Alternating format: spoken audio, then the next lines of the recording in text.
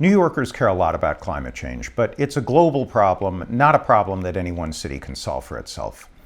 So what can we do about it as New Yorkers? Well, there are two things we can do, and we need to do both of them. One is the easy thing, or at least relatively easy, that will have only a tiny effect on climate change, but which we need to do because it's symbolically important and morally right. And the other is the very hard thing to do, but which is the thing that can actually save New York City and the world. The easy thing is the one that almost all our local candidates, including me, propose, which is to continue to reduce carbon emissions in New York City itself, especially from New York City buildings, which are the biggest local source of carbon emissions. Steps like this are a moral imperative, but New York City already has a very small carbon footprint per capita, and New York City is already making progress in reducing its emissions. So everything we can and should do to reduce emissions here alone will add up to almost no practical effect.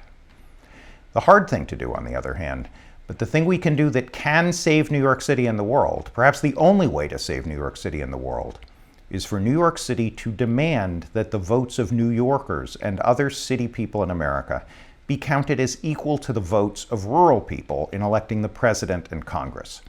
We can do that by introducing and adopting the Democracy Decree in the New York City Council.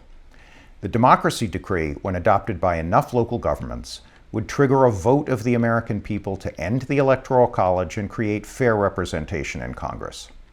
That, in turn, would allow the United States to make the serious, consistent effort we need to make, nationally and through international agreements, to save New York City and the planet from catastrophe.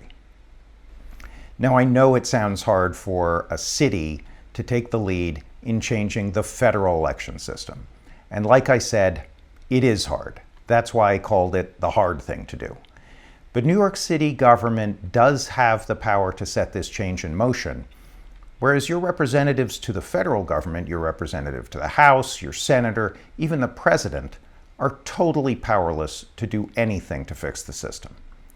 And meanwhile, the oceans are rising and the hurricanes are intensifying, and the physical forces that are making it happen don't care how hard the politics are.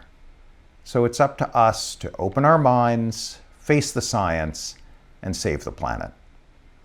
Happy Earth Day.